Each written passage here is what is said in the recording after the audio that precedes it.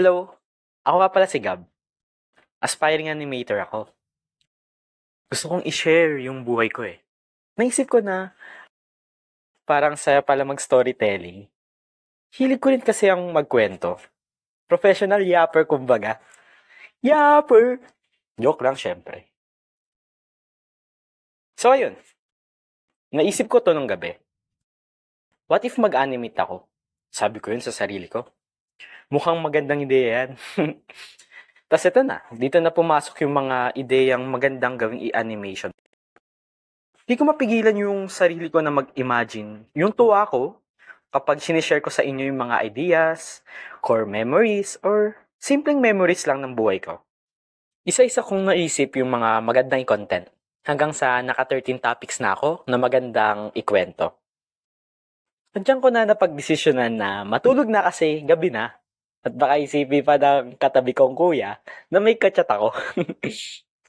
Kasi magkatabi lang kaming magkakapatid sa iisang kwarto, sa isang higaan. Lumipas ang isang araw at ako'y nagising na. Ito na.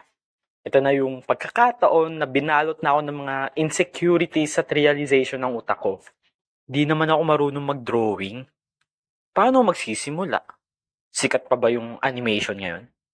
Kakayanin ko kaya to kasi malapit na rin matapos yung basyon ko. Kaya yun guys, nagpray ako. Tanong ko kay Lord, Lord, para sa akin ba to? Want nyo bang gawin ko to?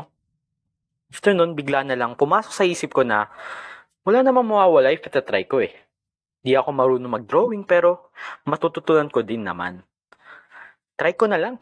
Kung sakaling walang manood, at least, di ba, nakatry ako ng something na new. Nag-search na ako ng mga paraan. Paano ba mag-start na mag-animate?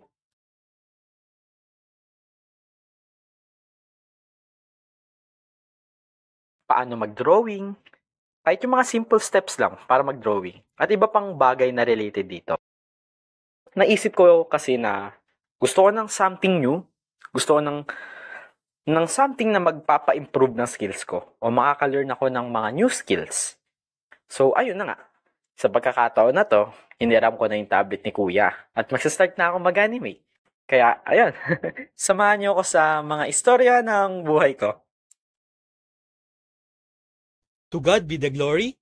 Thanks for watching.